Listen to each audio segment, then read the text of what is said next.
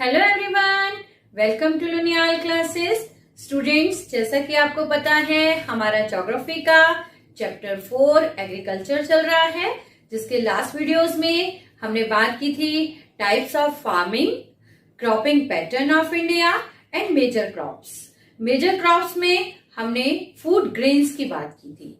आज के इस वीडियो में हम बात करेंगे food crops other than grains, जिसमें हम बात करेंगे sugar cane, tea, coffee and horticulture. तो चलिए स्टार्ट करते हैं आज का वीडियो। आज हम बात करेंगे इंडिया की मेजर क्रॉप्स में food crops other than grains. इसमें सबसे पहला आता है शुगर केन। शुगर केन एक ट्रॉपिकल एज वेल एज सब ट्रॉपिकल क्रॉप है। क्या मतलब होता है ट्रॉपिकल और सब ट्रॉपिकल का? जो क्रॉप इक्वेटर से स्टार्ट होकर 23.5 एरिया में होती है वो क्रॉप होती है ट्रॉपिकल क्रॉप, और 23.5 से लेकर 66.5 तक का जो एरिया होता है वो होता है सब ट्रॉपिकल। तो इस तरह से शुगर केन ट्रॉपिकल और सब ट्रॉपिकल दोनों ही एरियाज़ में होता है। शुगर केन के लिए हॉट एंड ह्यूमिड क्लाइमेट चाहिए होती है। मीन्स शुगर केन उन एरियाज़ में ज़्यादा अच्छे तरीके से होता है जहाँ का टेम्परेचर काफ़ी ज़्यादा होता है। शुगर केन के लिए जो रेनफॉल की रिक्वायरमेंट होती है वह होती है 100 centimetre. Sugar cane labour intensive होती है। इट मीन्स शुगर केन की सोइंग से लेकर हार्वेस्टिंग तक का सभी काम हैंड लेबर के द्वारा होता है, मतलब इसमें लेबर की ज़्यादा ज़रूरत होती है। इंडिया ब्राज़ील के बाद शुगर केन प्रोडक्शन में सेकंड नंबर पर आता है। शुगर केन से शुगर, जैगरी जिसे हम गुड़ भी कहते हैं, खांडसारी और मोलास जैसी चीज़ें प्रोड्यूस की जाती हैं। क्या आपको पता है कि शुगर केन एक एनुअल क्रॉप भी है? इसका मीनिंग यह है कि शुगर केन का जो प्लांट है वो साल में सिर्फ एक बार ही लगाया जाता है और 6 मंथ बाद उसकी कटिंग कर दी जाती है, लेकिन कटिंग के समय उसकी जो जड़ होती है उसको ऐसे ही छोड़ दिया जाता है और कुछ समय बाद धीरे धीरे उसमें से न्यू लीव्स ग्रो करने लगती हैं। इस प्रोसेस को बोलते हैं रतूनिंग। रतूनिंग की वजह से शुगर केन का प्लांट एक बार लगाया जाता है और इसकी हार्वेस्टिंग 2, 3, 4 साल तक की जा सकती है। जैसा कि मैंने आपको बताया कि शुगर केन एक ट्रॉपिकल प्लांट है, तो इस वजह से इसको ज़्यादा पानी की ज़रूरत होती है। लेकिन यह सब ट्रॉपिकल एरियाज़ जिसमें बारिश कम होती है, ऐसे एरियाज़ में यह कैनाल इरिगेशन और ट्यूबवेल इरिगेशन की हेल्प से ग्रो किया जाता है। शुगर केन प्रोड्यूसर स्टेट्स हैं Uttar Pradesh, Maharashtra, Karnataka, Tamil Nadu, Andhra Pradesh, Bihar, Punjab and Haryana. Next crop है ऑयल सीड्स। इंडिया की मेजर क्रॉप्स में ऑयल सीड्स भी एक इम्पॉर्टेंट क्रॉप है। इंडिया के टोटल क्रॉप एरिया में से 12% एरियाज़ में ऑयल सीड्स ग्रो किए जाते हैं। इंडिया में प्रोड्यूस्ड होने वाले मेजर ऑयल सीड्स हैं ग्राउंडनट, मस्टर्ड, कोकोनट, सीसमम जिसे तिल भी कहते हैं, soybean, castor seeds, cotton seeds, linseed and sunflower seeds. इन सीड्स से एक्सट्रैक्ट होने वाले ऑयल का यूज़ सोप इंडस्ट्री में as a raw material use किया जाता है। इसके अलावा कॉस्मेटिक एंड ऑइंटमेंट्स बनाने में भी इनका यूज़ किया जाता है। इन ऑयल सीड्स में कुछ ऑयल सीड्स खारिफ सीज़न के होते हैं और कुछ राबी सीज़न के होते हैं। For example groundnut.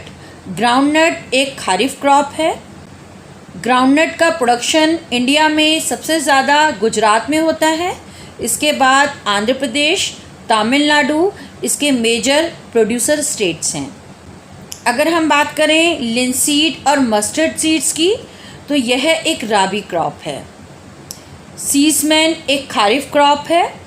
और अगर हम बात करें सीसमैन की, तो सीसमैन नॉर्थ इंडिया में खारिफ सीज़न में ग्रो की जाती है, जबकि यह साउथ इंडिया में राबी सीज़न में ग्रो की जाती है। कैस्टर सीड्स राबी और खारिफ दोनों ही सीज़न की क्रॉप है। तो इस तरह से इन सभी सीड्स के लिए टेम्परेचर और रेनफॉल उसके टाइप्स ऑफ सीड पे डिपेंड करता है कि वह किस सीज़न की क्रॉप है।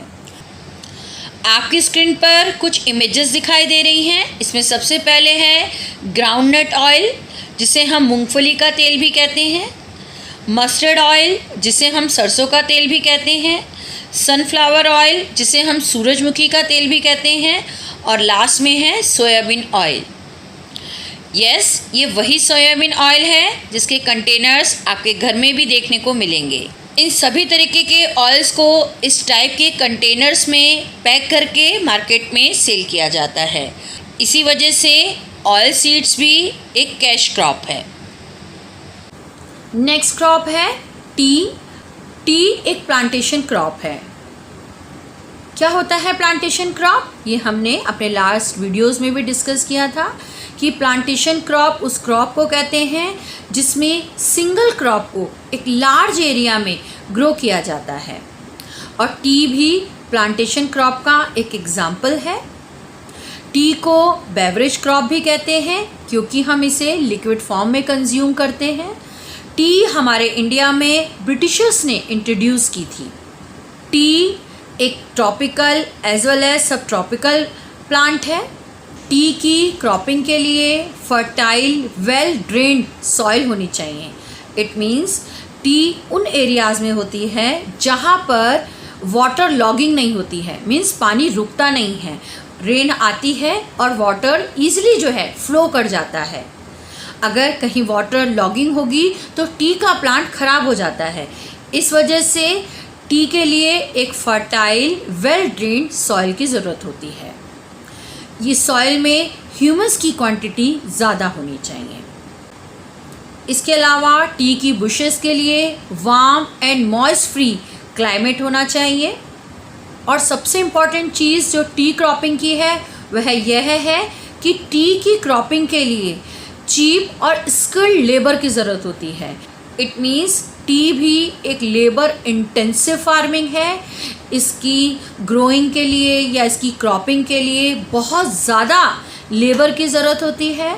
अगर कभी आप दार्जिलिंग गए होंगे तो आप वहाँ देखिएगा टी के बहुत बड़े बड़े हज़ारों एकड़ लैंड में टी की प्लांटिंग की जाती है, और यहाँ पर थाउजेंड्स वुमेन्स जो हैं वो काम करती हैं। ये वुमेन्स धीरे धीरे टी की लीव्स को एक बास्केट में कलेक्ट करती हैं, और सारा दिन काम करने के बाद भी जब इन टी की लीव्स को वेट किया जाता है तो हार्डली वह 2 और 3 केजी के आसपास ही होता है, और सारा दिन लेबर करने के बाद हार्डली इन्हें जो है 100 या 120 रुपीज़ मिलते हैं। तो इस वजह से ये कहा जाता है कि टी की क्रॉपिंग के लिए अबेंडेंट, चीप और स्किल्ड लेबर की ज़रूरत होती है। मतलब बहुत ज़्यादा अमाउंट में सस्ती और स्किल्ड लेबर की ज़रूरत होती है। टी की लीव्स को कलेक्ट करने के बाद उसको प्रोसेस किया जाता है।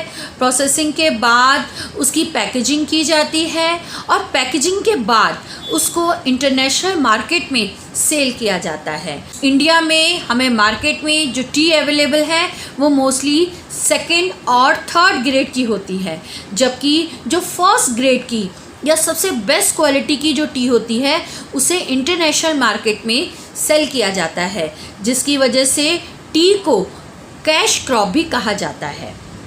इंडिया में मोस्टली टी प्रोड्यूसिंग स्टेट्स हैं Assam, hills of Darjeeling and Jalpaiguri district, West Bengal, Tamil Nadu and Kerala.